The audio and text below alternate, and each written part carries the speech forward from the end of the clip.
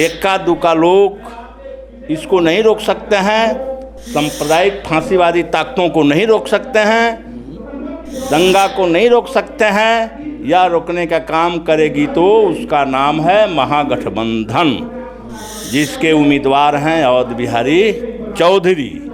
और हम लोग, ये सीट तो मुझे मिलना था, लेकिन हम लोगों ने हमको नहीं मिला।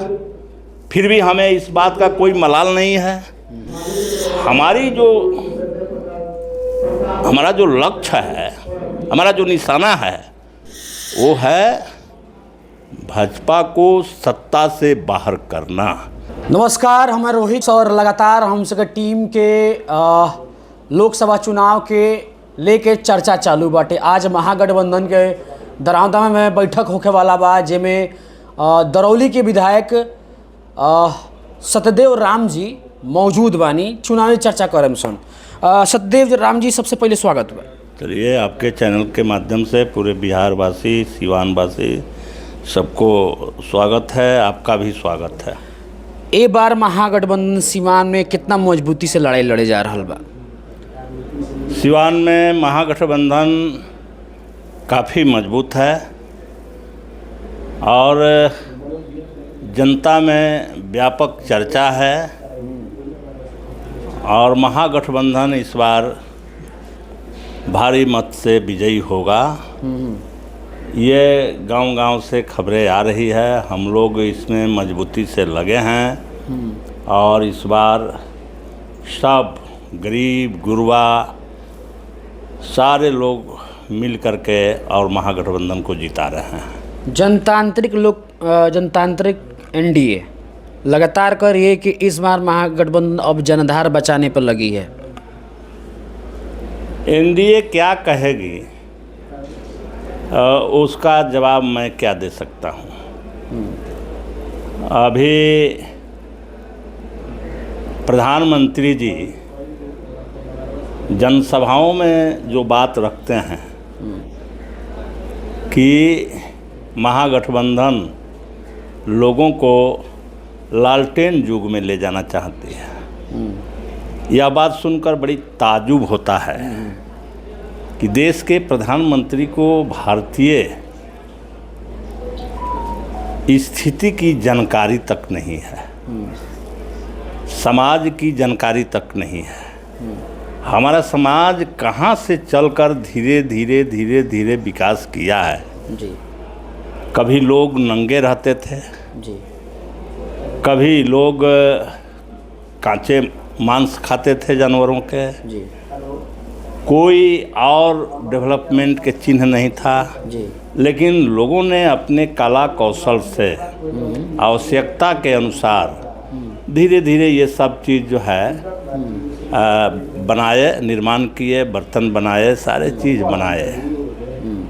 जंगल में, पाषाण युग में जंगल में आग लगने से जानवर जल गया, तो जले हुए मांस को लोगों ने खाया तो स्वादिष्ट लगा, तो आग को भी संरक्षित किए। तो ये किस तरह से यह समाज आगे बढ़ा है, शायद इसकी जानकारी देश के माननीय प्रधानमंत्री जी को नहीं है। मैं तो आग्रह करूंगा कि थोड़ा इस सब अध्ययन कर लेना चाहिए। लालटेन हम लोग जब गांव में किसी को सर्प डस दे, कोई आदमी बीमार सीरियस हो जाए रात के समय में, तो हम लोग उनको इलाज कराने या वो सांप झाड़ने वाले के यहाँ ले जाते थे। तो लालटेन जला के, तो उस समय लालटेन जलाने का वो जो मतलब था कि यह ग्रामीण लोग हैं, किसी संकट में हैं और ईमानदार लोग हैं, और लेकर के जाते थे, हम लोग कराते थे। माननीय नीतीश कुमार जी का मानना है, हम बता रहे हैं, थोड़ी सुन लीजिए, कराते थे, फिर लालटेन जलाते हुए घर सुरक्षित चले आते थे। उस समय चोर बत्ती लाइट हुआ करता था, लोग खुद कहते थे जी। तो लालटेन लेके जाने का मतलब हो जाता था कि भाई ये ईमानदार लोग हैं जी। आज लालटेन धीरे धीरे विकास करते करते लैंप आया, और लैंप के बाद बॉल आया। तो ये सारा विकास का क्रम है। और आज प्रधानमंत्री जी ये लालटेन युग में जाने की बात कह के जनता के अपमान कर रहे हैं। ये लालटेन युग कहाँ है? लालटेन चुनाव चिन्ह है और चुनाव आयोग ने दिया है। ये इसमें चुनाव आयोग का भी अपमान है। चुनाव आयोग ने राजद को लालटेन चुनाव चिन्ह दिया है तो उस पर वोट मांगा जा रहा है। ये युग कहाँ से आ रहा है? और नहीं तो मैं उलट करके बात करूं तो हर लोग ये बात जानते हैं कि कीचड़ में कमल फूलता है। तो प्रधानमंत्री जी क्या बिहार को अब कीचड़ समझते हैं? कीचड़ में ले जाना चाहते हैं? इसलिए इस बार बिहार की जनता सारा कीचड़ साफ कर देगी, कमल कुम्हिला जाएगा और महागठबंधन जीत के प्रधानमंत्री जी बोलते हैं कि कीचड़ में ही कमल खिलता है। तो हम कीचड़ में हैं? बिहार कीचड़ है। कीचड़ का अर्थ क्या होता है? बिहार कीचड़ नहीं ना है। इसलिए बिहार की जनता ने ठान लिया कि अब हम कीचड़ में नहीं रहेंगे। उनका मोदी का गारंटी आ रहा है। वो मोदी जी बोल रहे हैं कि अब की बार 400 के पार, मोदी के गारंटी, मोदी का परिवार, हर एक लोग को। मोदी जी अब बोलेंगे क्या? बोलने की तो एक सीमा होती है ना। वो कभी बोले कि जे हम 2 करोड़ नौकरी देंगे, 15 लाख लोगों के खाते में भेजवाएंगे, अच्छा दिन लाएंगे। सम्राट चौधरी तो सब तो वो उल्टा हो गया, नहीं पूरा किए, झूठा हो गया। अब वो देख रहे हैं कि इतना झूठ जो हम बोल चुके हैं, अब हमारे बात पर राज्य की, देश की जनता विश्वास कैसे करेगी? तो अब गारंटी कर रहे हैं कि अब हम गारंटी करेंगे। इतना दिन का किया? वो सब बतवा की गारंटी आपको उस समय नहीं किए रहते तो आज गारंटी का क्या मतलब है भाई? गारंटी तो वही आदमी देता है जो अपने कर्तव्य में पछड़ जाता है, फिसल जाता है, पूरा नहीं करता। 1 करोड़ नौकरी की अगर बात की जाए तो उसमें सम्राट चौधरी जी का मानना है कि खेत बेचकर वो नौकरी देंगे। सम्राट चौधरी क्या बोलते हैं और नहीं बोलते हैं उसका जवाब मैं नहीं दे सकता हूँ, सम्राट चौधरी देंगे। लेकिन एक बात जो हम लोगों ने आंखों से देखा है कि ये एनडीए की सरकार बिहार में 17 बरस चली, लेकिन कहीं युवाओं का नौकरी नहीं मिला, कोई रोजगार नहीं मिला।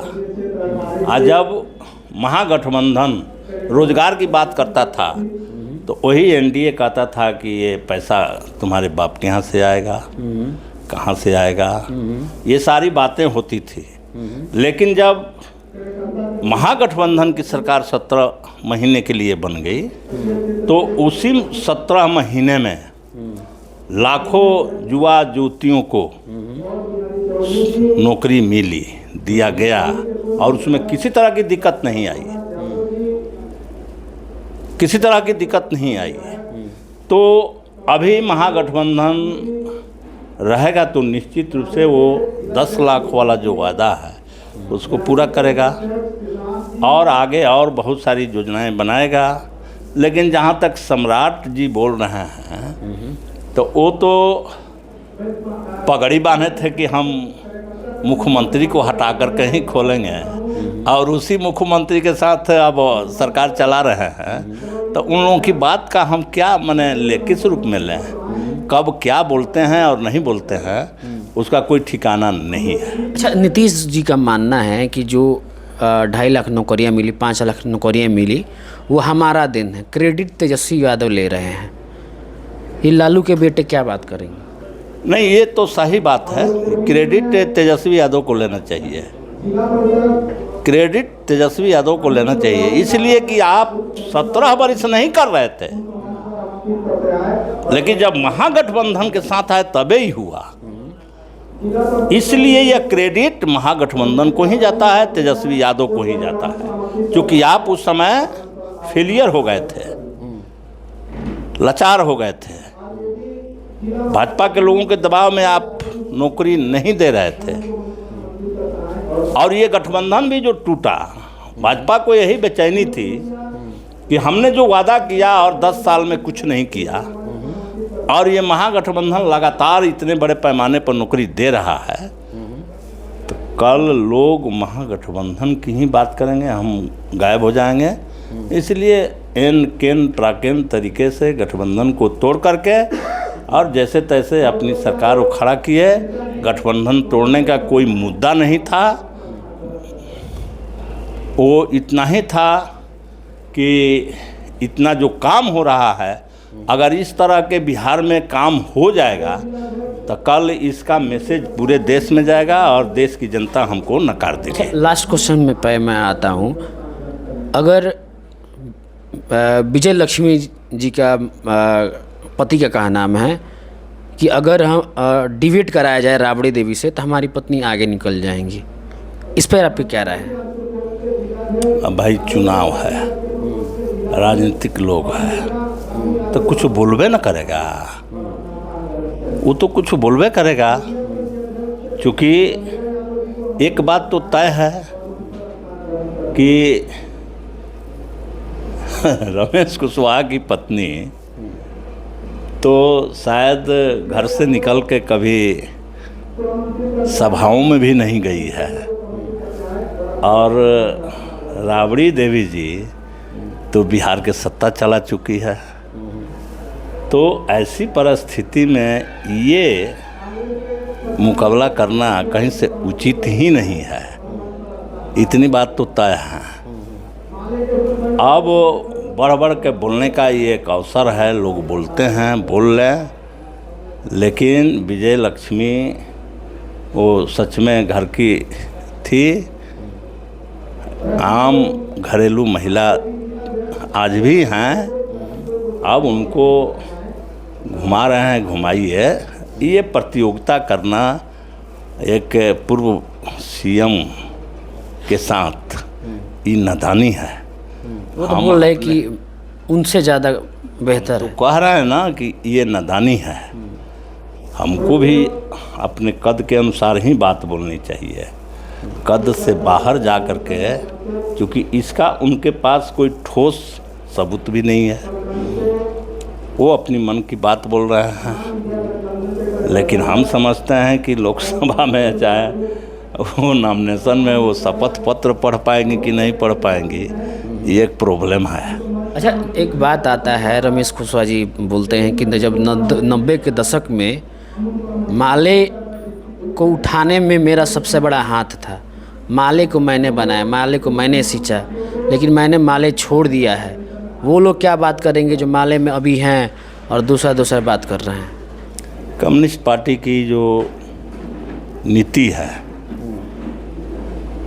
वो यही है कि कोई व्यक्ति जब कम्युनिस्ट पार्टी की सदस्यता ग्रहण करता है, लाल झंडा उठा के शपथ लेता है, तो वो कोई 2-4 दिन के लिए नहीं लेता है, वो जीवन पर्यंत के लिए लेता है। और जीवन पर्यंत जब झंडा वो उठाता है तभी उसको कम्युनिस्ट कहलाने का हक होता है और उसको कम्युनिस्ट मान लिया जाता है। कम्युनिस्ट का एक महत्व है समाज में। अभी कुछ बातें दबी हुई है, हम लोग उस बात को उठाएंगे। तो ये है एक कम्युनिस्ट का पहचान कि जो जीवन पर्यंत झंडा को लहराए रखा। कम्युनिस्ट का पहचान ये नहीं है कि हम गए और थोड़ा सा आंदोलन हुआ, थोड़ी सी दबाव पड़ी, केस का डर हुआ, जमींदारों के डर से, अपराधियों के डर से सरेंडर कर जाए, वो कोई कम्युनिस्ट तो है ही नहीं। और उन्होंने ये काम करने में माहिर रहे। चंद्रशेखर जी के हत्या में हमने उस समय कहा था कि FIR दर्ज हम करेंगे, इतना ही वो हमारे जाति के थे इसलिए कर रहे हैं। और जाति की बात उठा करके किए और उन्होंने हॉस्टाइल कर गया, भाग गया गवाही देने से। हम लोगों ने जा कर के गवाही दिया, गवाह बने हम, और हमने गवाही दिया और लोगों की सज़ा भी हुई। तो ये हम कह रहे हैं कि वे लोग क्या दावा करेंगे जो भगेड़ू लोग हैं। लड़ाई के मैदान से आप भाग जाइएगा तो आपको लड़ाकू कहा जाएगा, ऐसा कहीं सुने हैं आप? तो लड़ाई के मैदान से भागने वाला लोग यह बात अगर बोलते हैं तो वह बिल्कुल गलत है। ये बात बोलने का हक उसी को होता है जो लड़ाई में गया और डटे रहा। लड़ाई विभिन्न, ये तो तय है ना कि आप जब लड़ाई शुरू करेंगे तो कई तरह के उलझने आएंगी, इसे तो आप नहीं ना बचेंगे। हम लड़ रहे हैं तो फर्जिए सही, हम पर जो फर्जिए केस लोग कर दिया तो हो ना गया कि अब सचदेव राम की सज़ा हो जाएगी, लेकिन हमने तो किसी के सामने सरेंडर नहीं किया। हम अपने न्याय के लिए लड़ते रहे, अंततः कोर्ट हमको बरी किया। तो कम्युनिस्ट तो वो होता है ना, कम्युनिस्ट पार्टी में रहने का, जाने का, करने का मतलब ये होता है। नहीं थोड़ी सी हवा विपरीत गई और आप जो है पोस्टा खोल करके भाग गए, ये कम्युनिस्टों का पहचान नहीं है। अब आप कोई अपने स्वार्थ में, बहुत सारा लोग आता है अभी नो, कुछ समस्याएं रहती है तो लोग आते हैं, कम्युनिस्ट पार्टी लड़ के हल कर देती है, वो फिर थोड़ा चले भी जाते हैं किसी दूसरे दल में। तो हम लोग उसका जो है नहीं, हम लोग ये मान करके चलते हैं कि जन समस्याओं को हल करने में हम आंदोलन करेंगे, संघर्ष करेंगे और उससे लोगों को न्याय मिल जाए, लोगों की राहत मिल जाए, मुक्ति मिल जाए, तो ये मेरे लिए खुशी की बात है। अच्छा, उनका मानना है कि 50% मान ले मुझे वोट देगा। हाँ, रमेश कुशवाहा जी का मानना है कि 50% मान ले मेरे साथ हैं और मुझे वोट देगा। अब मैं क्या कहूँ, तो सब वोट तो उनका हो ही गया है, तब जाके अब बैठे जाके सर्टिफिकेट ले लेंगे। काहे ला लेके दौड़ रहे हैं? महागठबंधन जीतेगा। महागठबंधन के पास 6 MLA हैं, मालूम है ना आपको। अब 6 MLA जितना काम करेगा, एगो व्यक्ति उसमें कहीं दिखाई पड़ेगा ये लोकसभा क्षेत्र में? 6 MLA है, 6 MLA के जो वोटवा मिला है वही जोड़ दीजिए तो 6 लाख हो जाता है कमोबेश। इसलिए महागठबंधन जीतेगा। महागठबंधन के उम्मीदवार अवध बिहारी जीतेंगे। और सामाजिक रूप से कहिए तो सामाजिक रूप से सभी शक्तियाँ ई महागठबंधन में है, सभी। ऐसा कोई समाज के जो वोटर्स हैं वो हमसे महागठबंधन से अलग नहीं है। अगर मैं बात करूँ राजपूत, मुंजार, कायस्थ, अदरवाइज 3% मुसलमान की, तो उनका मानना है, महीना साहब का कि पार्टियों का मानना है, उनके लोगों का मानना है कि हमारे साथ है। देखिए, आप अपना मन में कोई बात पाल लीजिए, मन बना लीजिए, तो समाज उससे नहीं चलता है, राजनीति उससे नहीं चलती है, मन से नहीं चलती है। राजनीतिक परिस्थिति होती है। और आज देश की जो राजनीतिक परिस्थिति है वह माना जा रहा है कि आज हमारे देश के संविधान पर खतरा है, लोकतंत्र पर खतरा है। ये NDA की सरकार, भाजपा की सरकार, नरेंद्र मोदी की सरकार देश बेच रही है और इसको आज बचाने की ज़रूरत है।